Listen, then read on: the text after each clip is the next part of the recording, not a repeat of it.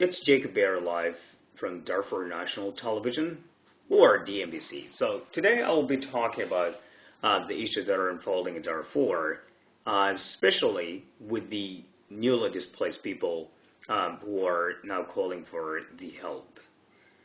And I'll be also talking about the entire lack of security in Darfur and shortage of food and other supplies for the people of Darfur, especially the displaced people. As well as I will be talking about the issues of the negotiations. So let's start with the new displacement. Hundreds of people displaced in Darfur due to the ongoing conflicts between the government and these rebel forces. And the so-called the government supporters that are called the rapid forces, that are genuine militias who are attacking every citizen of Darfur in any corner of the country, are orchestrating massacres against the people of Darfur. They're killing everyone over there, and they take over the land and forming their own local governments. So then the people of Darfur called for international community as well, particularly the Security Council and the Secretary General of the United Nations, to reconsider their decisions and try to protect them from those attacks. Then the other people who are, call themselves the opposition of Chad are also operating inside Darfur, killing people there in Darfur, looting their properties, and, raping people over there. And they are fighting with the government of Chad, but they are at the same time are operating inside Darfur because they are the right hand of the government of Sudan. Now, there is another problem that people are, seeing from the government side. The new presidential decree that saying it's calling for the entire rebel group to come to the negotiating table in Khartoum. Well, this is absolutely very challenging, proactive policy that the government wants to proceed against the people of Darfur and our other marginalized powers in Sudan. Now, the focus will be about this. Who are those people? What does that mean, national dialogue? After 29 years or almost 100 years of, repression and brutality of the governments of Sudan, not just one, but all entire governments of Sudan who are against the citizens of the country. So this is not a national negotiation. I don't think so this is going to end in anything, because this is nothing. It's just, people who are trying to deceive people and come to the negotiations. Now, if you look at the situation before, when there were negotiations between the government and some rebels in Darfur, there was no implementation of any minor, protocol that's been signed. So then I want to talk to my fellow citizens of Darfur. Don't be deceived by the policy of the government, nor the policy of anyone who is trying to deceive you to put you at a negotiating table without clear proposal that will bring your rights right away. Now, and my fellow, countrymen who are fighting against the government, supposed to shift their policy toward the government of Sudan. Whenever the government of Sudan called for negotiations, you have to prepare your military might to attack and continue fighting. And there is another strategy that they have to change. My fellow citizens, you have to understand that this world today is not the world of fantasy. It's the world of pragmatics. So you have to live your reality. So you don't have to think about something that you can't do it. Now, what we need from this message or to be conveyed is, now the people of Darfur are supposed to think too much about Darfur rather than anything else, because I think this is the only option that we can topple the government, which means we will be starting from inside Darfur, toppling all the local governments, all the governors of the states here in Darfur, and the counties, as well as, the mayors of the cities, supposed to be from us, not from the Arabs, nor from the people who are occupying our land. So this will be the only option that will topple the government. Because even talking about an economic perspective, Sudan has lost the economic might, and now it's focusing on the regional economy, which means from the local governments who are, centralized in the regions, are supporting the government in the center. And the only thing that to weaken the government's position is absolutely to topple the governments in a regional councils and try to, appoint or elect, depends on people's aspirations there. Now, you will appoint new governors of all those states who will be operating there, and they will be under the commands of freedom fighters. Now, this will challenge the government to come to Darfur or any other region which is war torn. Because if, for example, I say, like in those cities in Darfur, if we topple the governors and local leaders, as well as the mayors of cities, and we brought our own freedom fighters to work there, to operate as the governors of those, then that means we already liberate Darfur, and the government alone technically will come to the negotiating table wherever we want. So look at what happened between the other nations in the past. They were not just negotiating and stopping the war. No, they were fighting and negotiating. Then this would be the only solution. If you guys also want, I can't disagree with the people, but I also can disagree in some cases. But I can't deny that people have right to decide whatever they want for their aspirations. But you have to look also carefully. If you want to build the entire nation, which is called Sudan, I think you got to be prepared for that. Also, as well as fighting for independence is not also easy. But the only thing that I see is easiest is to try to take over the cities. We know it's very challenging. That if you want to come to the cities, you will have a lot of victims over there. But at the same time, it's better for people to know that if there is no war, there can't be peace. And peace is never free. Okay, so freedom is always sounds like freedom, but it's never been free. You need to do a lot of things for it. So now our people in Darfur are supposed to know that we need to cancel, everything that's related to those people, from culture to education that's related to the people. We can form our own educational, system that will operate properly and will absolutely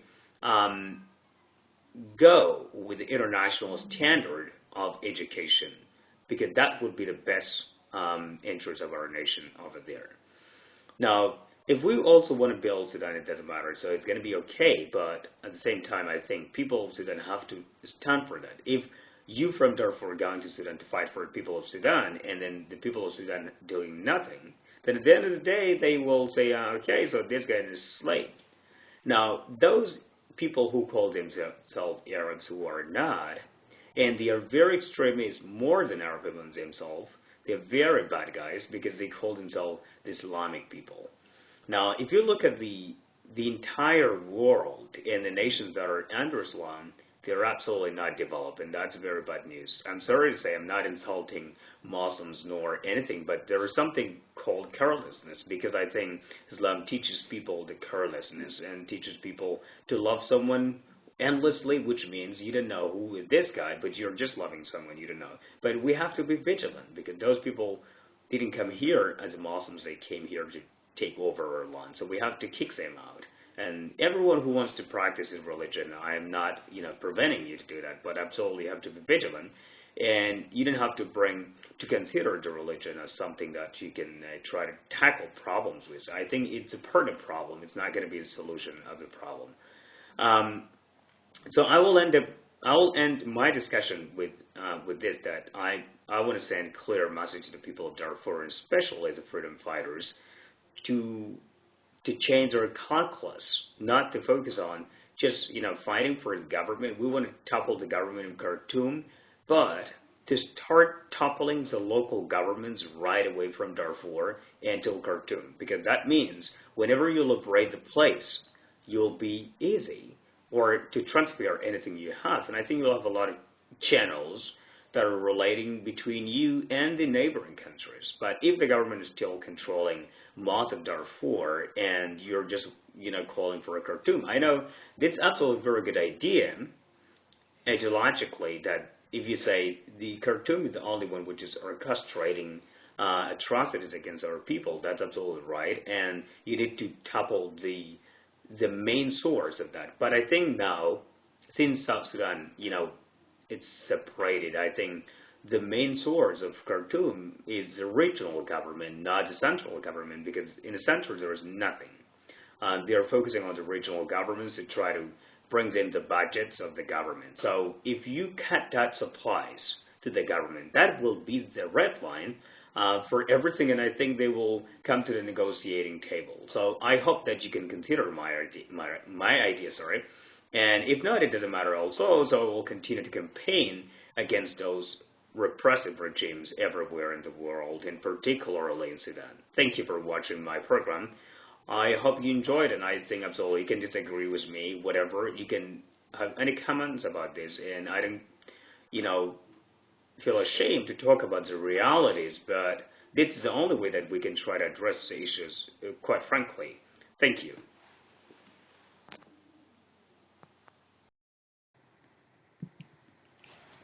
Good evening. You're watching the NBC News or Darfur National Television with me, Jacob Berry. Today I'll be talking about the issues that are unfolding in Darfur nowadays, and I will start with, the internal displaced people's problem that's absolutely recently been, unfolded, and I'll be also talking about the shortage of, a lot of things in Darfur.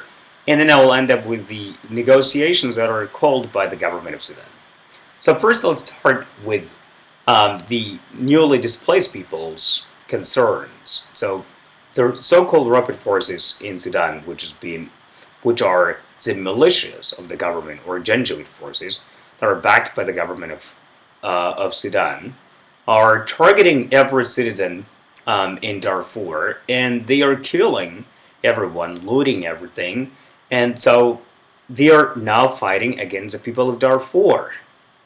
And at the same time, there are other group of people who are from Chad, who they call themselves the opposition of Chad. They're also targeting the people of Darfur and coming to steal the things from Darfur. And also fighting with the government of Chad at the same time. Well, there's another problem, though. The people of Darfur who were recently displaced and the people who were already in the refugee camps and internal displaced people sent letters through the local radios in Darfur and calling for the Security Council to take measures to try to tackle the problems over there in Darfur. And other issues also which is being discussed more on the media those days. It's about the government of Sudan, which is calling for the rebel forces to come to join the national dialogue. But here's a question absolutely that a lot of political analysts and the observers of Sudan or the crisis in Sudan, they will explain more, or they further say it about that dialogue. They even doubted about what will happen if the rebel forces with their, machine guns came to Khartoum to the negotiating table? That would be the end of revolution. That would be the end of the freedom. And that's why it's absolutely very dangerous move that the government of Sudan wants to, to topple the rebels instead of being toppled by the rebels. So my and the Darfur message to the fighters or freedom fighters would be like, you guys better not to think about that way at all, because that's a very dangerous step that would be taken. We have to read the government of Sudan carefully. What happens when they signed hundreds of thousands of treaties with different people in Sudan, and they are the same people who are absolutely committing atrocities everywhere in every corner in Sudan.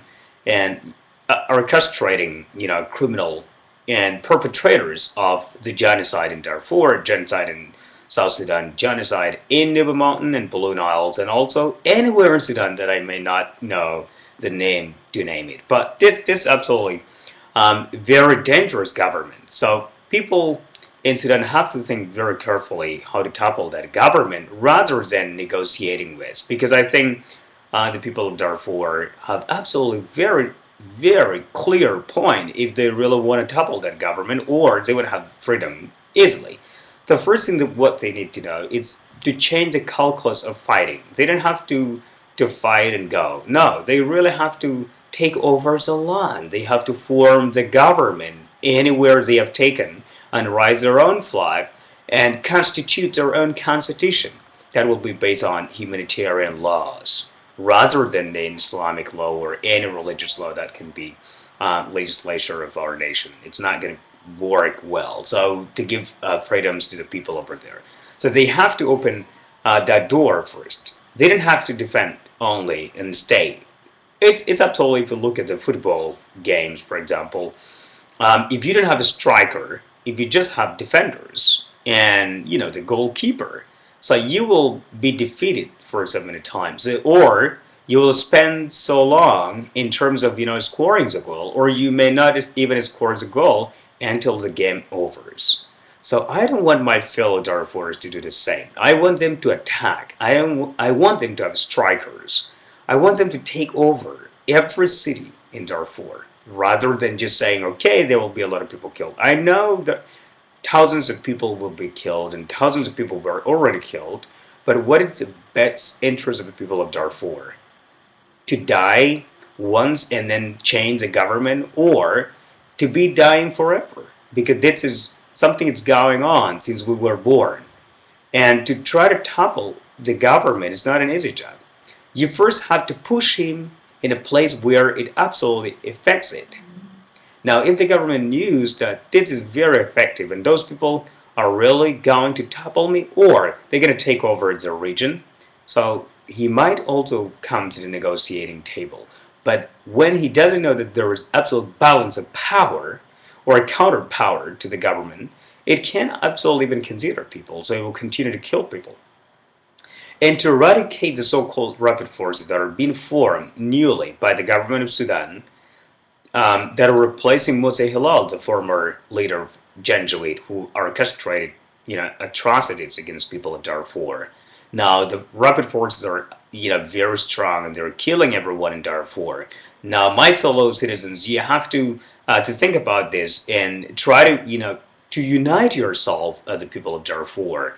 And you don't have to have, this is called SLM and it's called SLM Minimanawi Abdul Wahid, or whatever, or it's called GM of XY. No, it's supposed to be one movement that's supposed to work for the interests of Darfur, and they have to fight against the government. You have to have clear mandate and a policy, political will that will change and will govern our nation. So that's a focus that people have to focus on. But if we just say, okay, so my mentality is different than that, absolutely we know that, but this is supposed to be the parliament of Darfur after we liberate the country.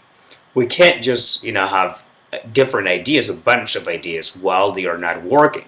We had to choose the best idea that will be operating in the interest of our nation. So we have to be patriotic. The patriotism will be working the best. And also we have to to have a plan. If the plan A didn't succeed, we'll put plan B and C. So both people are calling for the union of Sudan and to be united Sudan, but that would be the plan, C in my perspective. The plan is supposed to be how to get rid of the government of Sudan from Darfur, and Darfur will be under our own government. Then we can negotiate if we want to decide whether we want Darfur as a state or be part of Sudan. But if we just focus on something that's very wide and large and we don't have power for it, so we will, rather than liberating the entire Sudan, we will lose Darfur, which we have already lost, I think. And so those negotiations are counterfeit. I think they are counterfeit exactly because the people who call themselves the national dialogue, powers, they are the parties that you can sell or buy them in a minute. So those are absolutely a bunch of governmental organizations, but they are branches that are different. And also, if you look at the story, the history of those people, then you read what they did before to the people of Darfur. I think there is no difference between them. So both of them are the same people. There is no difference. So we don't have to lose ourselves for something that's not interesting. So we, the people of Darfur, are supposed to focus on our Darfur issues, and the people of Nuba Mountain, Blue Nile, have to focus on their issues. Then we have to come to the closing table, which is called the referendum between us. So we will have an understanding between us what we need to do. The general perspective is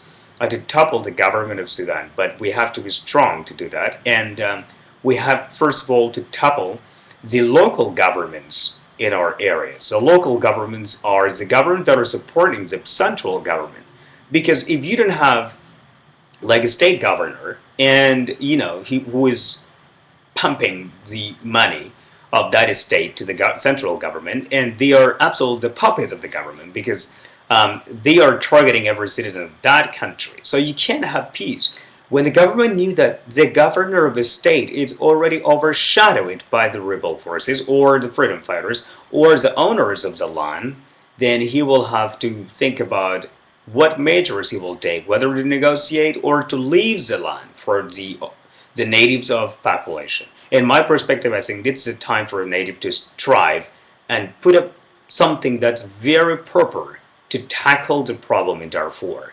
The crisis of our moms, the crisis of our children, the crisis of our brothers and sisters in the camp can't be finished until we liberate Darfur. And that liberation is supposed to start now, not by the way that people are doing now, but with new beginning, which will include the inclusiveness of the whole Darfur people, the inclusive ideas, and also the inclusive materials that will be toppling the local governments first before the central government. If you don't have power to fight directly with the central government, you need to control the local government, take over everything you have there, and then the same weapons that local governments use against our people in the village and everywhere, you can take those weapons and turn them toward the central government. That will be the solution of our problem. Thank you for watching Darfur Television. I'll be broadcasting more issues about Darfur and the entire Africa as a whole. Thank you, and see you next time with different programs.